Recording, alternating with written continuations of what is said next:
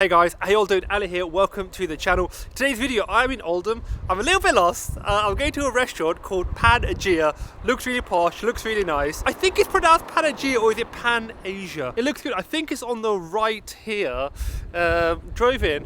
Oh, that looks restaurant here, looks posh. I think it's actually just straight down here. So we're gonna go inside. Looking at their Instagram, I think it says it's an Asian immersive experience, something along those lines. So I'm expecting something pretty cool. So we're gonna go down. I think it's down there, so we're going to go inside, hopefully look at that menu, we'll order some food and then we'll start that review. Let's go inside, guys. Do you know what, guys? I do think I found it.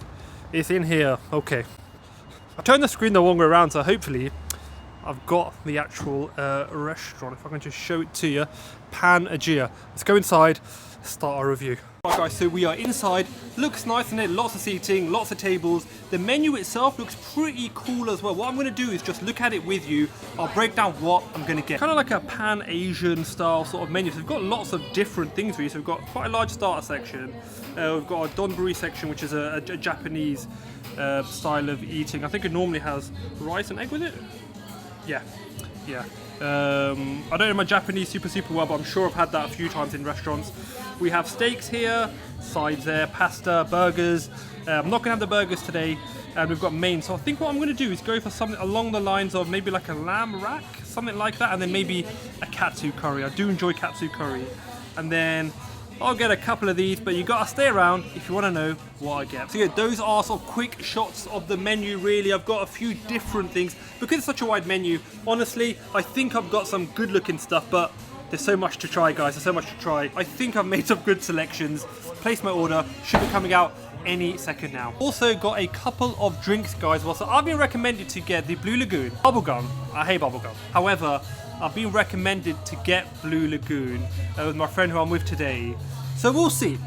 I don't know if I'm going to like that, but I will review, honestly, as always. And then I've got a mango mojito, which I'm 95% sure I'm going to like. So all that has been ordered. So I'm going to start with the drink first. So we've got the mango mojito, and then we've got the Blue Lagoon. Like I said, Blue Lagoon is bubblegum. Do not like bubblegum, but my friend who's here has had an influence in actually making this drink and put it on the menu. So we'll see if it's any good. I'm going to start with the mango mojito.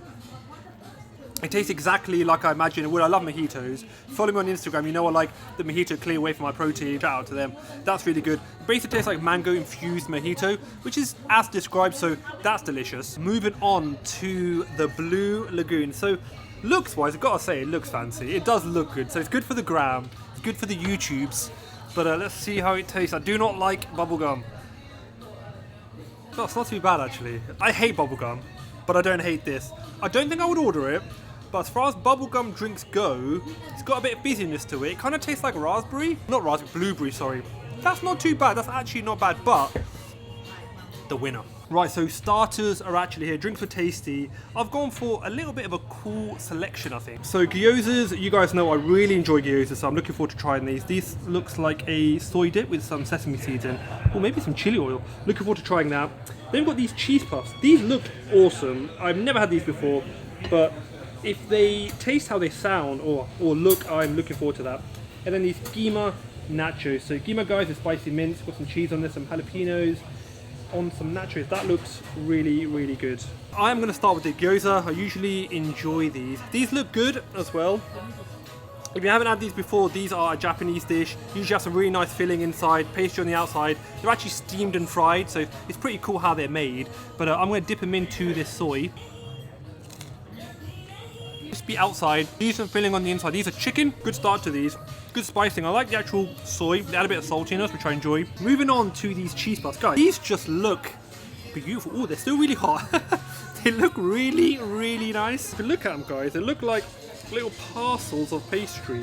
And I'm hoping they've got a lovely cheesy interior. Let's break into this and see what it's saying. Guys, here it is. I was going to break it on camera, but honestly it's super hot, so I'm going to knife and fork it because this is actually boiling. I don't think I can rip that apart on camera without making a massive mess. Definitely a job for the old knife and fork, guys.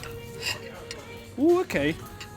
They have cheese inside, but they've actually got some other stuff in there. They've got some tomatoes, which I'm going to kindly remove. Do you guys know how I feel about tomatoes? Let's try this. Those are the ones. Those are the ones. These are as good as I hoped and I dreamed.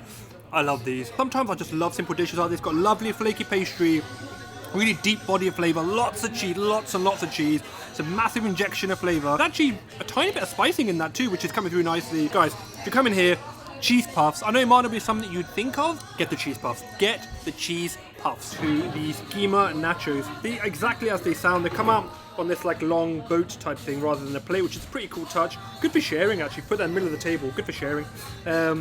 So they've got a ton of cheese. They shove some Schema on them as well.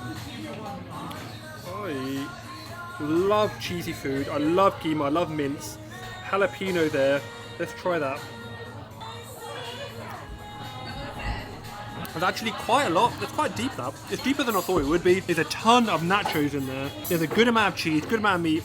These are good starters, guys. I think what I would do is get the cheese puff for sure, and get this actually to share with your mains. I think something like this is good to share with your mains rather than the starter, but I would get it. So that is the starters and the drinks done, and now we're just gonna wait for the mains. Guys, sorry if it's a little bit loud in here. There's music going, lots of people in here, super busy. So we're gonna start with this lamb rump dish. This looks awesome. The lamb rump there looks great. This is like a bone marrow gravy, which sounds awesome. It's on a bed of, I think, cabbage and butternut squash, I believe. That sounds good. And then one of my favourite dishes, we've got a Katsu curry, which may be the first one I've done on the channel.